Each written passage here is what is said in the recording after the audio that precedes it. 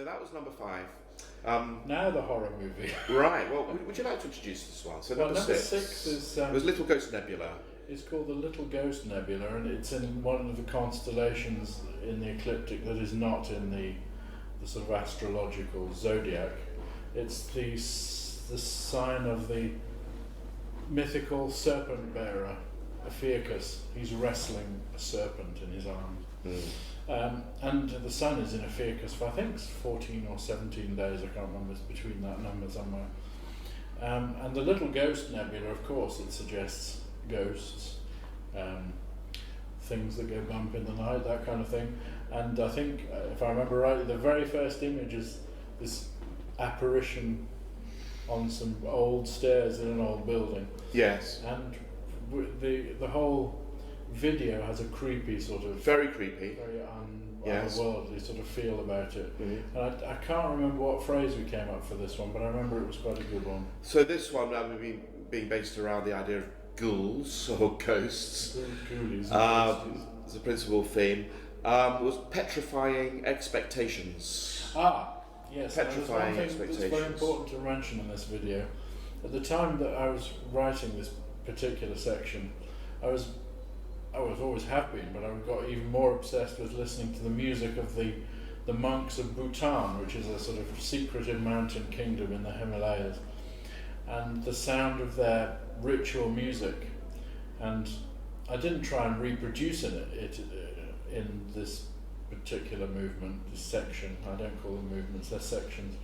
But the sort of power of the incantational nature of this music. And they have these big long trumpets which make these big noises.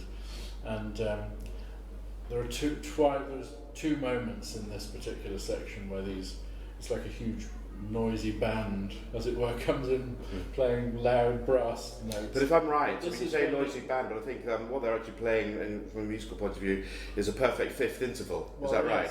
So you're one of the basic musical relationships in terms of pitch. It's perfect fifth in Western music, but because it's not played by people who play Western music, some of the instruments are not the same fifth as.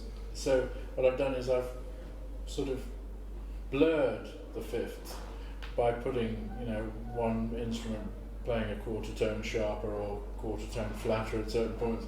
Yeah. So it sounds like a fifth, but it's like a sort of blurry fifth. Mm-hmm. And that's what you get when you hear them playing, the sort of blurry fifth. But that's where the word comes from in the second half of that.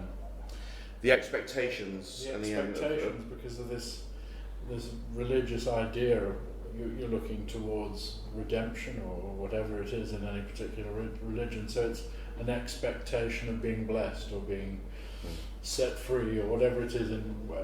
Most religions have this kind of expectation for some.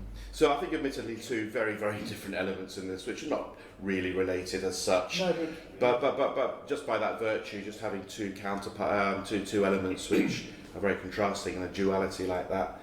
It's a very powerful tool in artistic expression generally. We talk about sonata form in music. It's based on the idea of a first and a second subject, by definition contrasting. So just to take an obvious example of a lot of the great traditional classical music is based on this concept of sonata form. So this is sort of in a totally different manner of musical expression. There's a parallel here with the use of two elements. So, the petrifying particles of petrifying expectations is the ghoulish aspect, the ghosts which appear here and there. And they make you feel petrified if you saw one, I'm sure. And we made an effort, and I think to a certain extent, we did a pretty good job of creating ghost images which are quite scary. I like the bit at the end that you've done. And I think the ending bits... It's got a bit of humour, but it also cuts off so you don't see the bit which is almost unimaginable. Yes, we cut to black at the end. Because again, I am as we just said, performing the viola. I'm still in shot, and a ghostly image appears, and we suggest foul play might occur, that we cut it to black, which we thought that was quite a powerful way of doing that. Well, it's certainly a simple way of doing it. Of course, in Greek theatre, you never see bad things happen So on the stage. suggestion. They always Yes. happen off the stage. So. Yes. One viola technique I'd just like to mention here. So no viola players were harmed in this recording? No, they survived, or he survived in this case, or I survived in this case. But that's the joy of doing it within the context of something which you're doing on stage. You can act that possibility. Exactly. And the technique I haven't mentioned so far actually is the not constant use but very frequent use in some notable clusters of Kolyegno technique, which is when you use the wood of the bow to effectively hit the string. So again, it's not what a bow is designed to do. It's designed to vibrate a string with horsehair.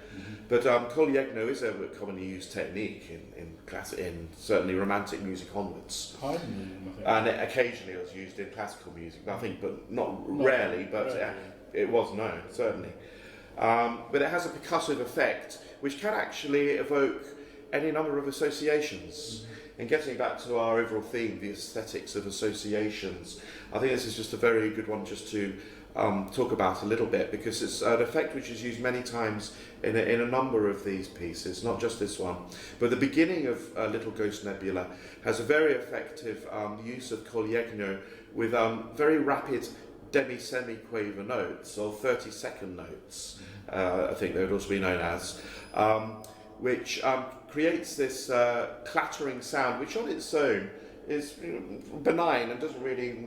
But as soon as you combine that with an image such as you said, an apparition on a wooden staircase in black and white from a time, which reminds you of a certain genre of movie. Yeah. Yes. If that had been a colour picture, it wouldn't have had the same impact. That's right. But certainly that black and white image on the staircase with the Kolyegno was an effect. Wasn't it also used with the bee? So yes, I said in a number of other movements, and in the beehive movements, that was also used. And again, with a combination of some what I've sort of heard is quite raspy sounding brass notes or chords. The combination of that had a brilliant effect, I thought, together with the image of a beehive and the workings and movement of bees. Again, nothing to do with ghosts, and totally unrelated, but the same musical effect actually, but having the same power. The last usage we won't talk about yet because it's in the last section. And then there's the one which is in a later movement, which exactly. Yes. Is there anything else to say about the Ophiuchus? No, I think that covers quite well. Again, it's not maybe the longest one. Again, thinking only back to Virgo, already I think out of the 6 so far, Virgo is the one which just feels bigger somehow.